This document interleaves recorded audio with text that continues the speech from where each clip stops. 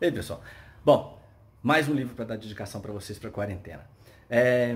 Bom, eu já dei 3 dicas, né? Já dei o livro, já dei a dica de um livro mais clínico, de casos clínicos, que são super curiosos, que é do Homem Confundiu Sua Mulher com Chapéu, do Oliver Sacks. Já falei de um mais técnico, falando do erro de Descartes, eu falando sobre os livros do erro de Descartes e Mistério da Consciência, do Antônio Damasco. São técnicos que apresentam uma teoria bem interessante, uma hipótese muito interessante, bem fundamentada. Depois eu contei um outro livro que conta mais também casos clínicos, mas com um pouquinho mais de informação técnica, que é Fantasmas do Cérebro, do Ramachandran. Hoje eu vou apresentar para vocês um livro que está envolvido mais com estresse. Eu acho que vai bater bem com o momento de quarentena que a gente está passando aqui agora. E o nome desse livro é um famoso, eu sempre falo nas minhas aulas de emoções, falo nas minhas aulas de neurofisiologia, que é Por que Zebras Não Têm Úlceras. É de um autor fantástico, que eu sou muito fã dele, eu acho ele muito bom, chama Robert Sapolsky. E Sapolsky, vários livros dele são bons, os vídeos dele, das aulas dele, das palestras dele, são sensacionais. Ele é um cara barbudo, assim, de cabelo cacheado, longo e tal, mó riponga, típico biólogo, tá? E ele trabalha muito com estresse, óbvio, né? Ele é um dos pioneiros nesse estudo de estresse. Escreve muito bem, fala muito bem, é um livro fantástico. É interessante porque é um livro que ele sintetiza, ele é grande, eu vou mostrar para vocês, ele é grande, e ele sintetiza muito bem o efeito do estresse, dos hormônios do estresse, no nosso organismo em geral, tá? E ele mostra os efeitos a longo prazo, a curto prazo, é muito interessante. É um livro que eu recomendo demais, inclusive para autoconhecimento, porque ele nos dá muitas ideias de como evitar o estresse, sabendo como ele acontece. Porque estresse é físico.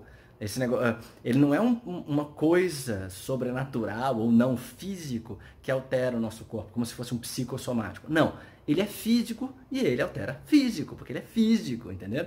Bom, então vou mostrar para vocês o livro e vou contar um pouquinho, vou apresentar um pouquinho do sumário dele e deixar vocês curiosos.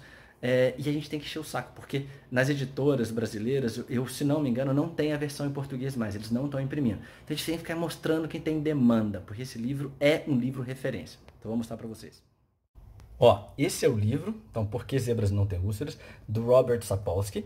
É um livro sensacional, tá? É muito bom. Vocês podem ver que ele está super usado, porque eu leio, volto. Ele é um livro muito legal, cheio de anotações, né? Meu clássico para mim, né? Eu marco e anoto do lado o que é. E eu depois asterisco quando tem uma ideia bacana para colocar nas minhas aulas. Bom, então vamos lá. Quando a gente olha no índice dele, vocês veem aqui, ó, que ele tem várias explicações. Os títulos dele são muito legais. Ele é muito divertido. O autor Sapolsky é muito divertido e muito bom para escrever.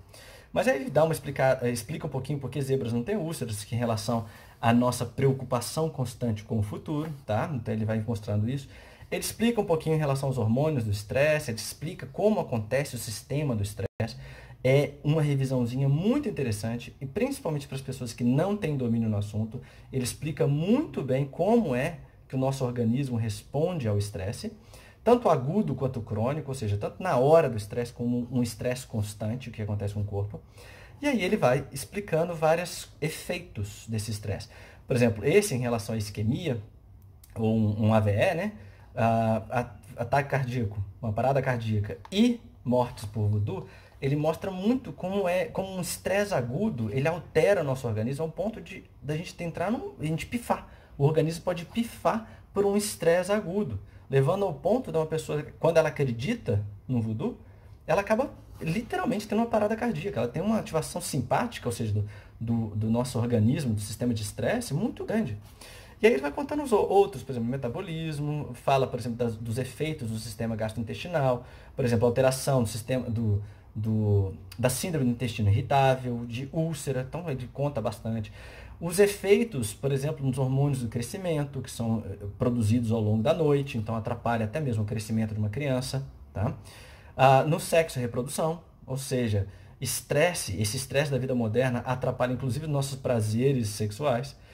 O sistema imune, levando, obviamente, a chance maior de ter doença. É o que a gente chama também de psicossomático, quando a pessoa fala, nossa, você estava tão estressado que ficou doente. Pô, aqui um exemplo, como é que o sistema imune ele se comunica muito bem com o cérebro. Em relação à dor, pode aumentar e reduzir dor, dependendo do tipo de estresse. Memória, obviamente, ele atrapalha muito a memória, e aí que ele conta um pouquinho porque o estresse, o hormônio do estresse, ele acaba matando, ele é prejudicial aos neurônios. Em relação ao ciclo circadiano, ou seja, o seu sono, o seu ciclo de sono, que também está envolvido com o transtorno psiquiátrico. Em relação ao envelhecimento, tá? Então, como os hormônios, isso tudo, gente, falando da carga hormonal, mudanças genéticas, epigenéticas, em relação ao cérebro, plasticidade. Por que que o estresse psicossocial é realmente estresse? Entendeu? Não é uma coisa inventada. A psicologia social, a psicologia, toda essa parte que a psicologia vem demonstrando pra gente, que a gente achava, talvez seja uma coisa mais não física, é extremamente importante a gente estudar, obviamente. Estresse e depressão, por que que o estresse está envolvido no aparecimento da depressão?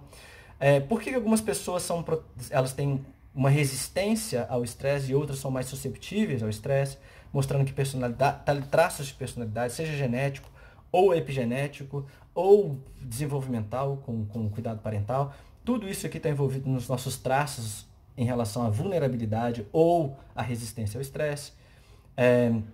Aí óbvio, né, um pouquinho porque que o estresse pode ser também dar prazer, né, dependendo do tipo de estresse, por exemplo, o estresse de pular um paraquedas ou algum fetiche sexual.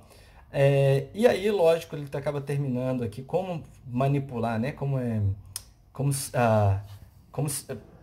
conseguir sobreviver ao estresse. E é super interessante, tá? Porque aí ele mostra como é que a gente tem bases científicas para manter, para a gente suportar o estresse. É super legal. É um livro, vocês podem observar, é um livro realmente grosso, muito denso, realmente muito denso. Vocês podem observar que eu faço muitas anotações com ele.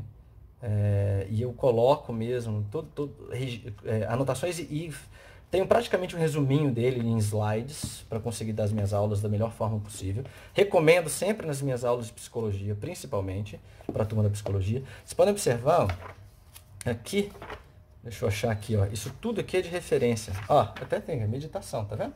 Para os que ficam interessados por essas coisas. Mas aqui, ó, notas e referências bibliográficas. Praticamente isso tudo aqui, ó. Uma boa parte do livro ele tem só de informações de referências bibliográficas e anotações dele. Tá? É um livro fantástico, recomendadíssimo. Esse é o Sapolsky, tá? Hoje ele está mais velhinho, lógico. Esse é o Sapolsky, ele é sensacional, vale muito a pena. Esse é um livro altamente indicado para quem quiser estudar, aprender e inclusive melhorar a qualidade de vida. Então essa é a minha dica de hoje, tá? Desse livro, Por que Zebras Não Têm Úlceras. É um livro, como eu falei, uma referência para mim, referência para as minhas aulas e referência para a forma, para o estilo de vida. É um livro que me fez mudar bastante meu estilo de vida, do jeito, o ritmo que eu seguia para viver, com uma base científica, uma base de conhecimento, com sustentação científica forte, tá bom? Espero que vocês curtam o livro, leiam. Como eu falei, não deve achar no Brasil, infelizmente, mas eu acho que vale a pena. Quem tiver essa ideia, manda um e-mail para a editora, viu que tem editora, manda um e-mail para a editora e insiste. Por que que não tem? Porque aí cria demanda. E eles só vão produzir se tiver demanda, tá bom? Infelizmente. E a gente sabe que a nossa literatura científica no Brasil é muito fraca. É muito difícil. Eu entro nas livrarias fora, no exterior, e eu vou direto na seção de ciência. E aí é lotado de livros. E aqui no Brasil a gente raramente, quando tem uma seção de ciência, é uma prateleira pequenininha, 2, 4, no máximo 15 livros de ciência ali dentro, tá bom? Bom, é isso. De novo, se cuidem e eu aguardo lá no final da quarentena o abraço de todo mundo. Lembre-se, eu vou cobrar, tá bom? Beijão pra vocês.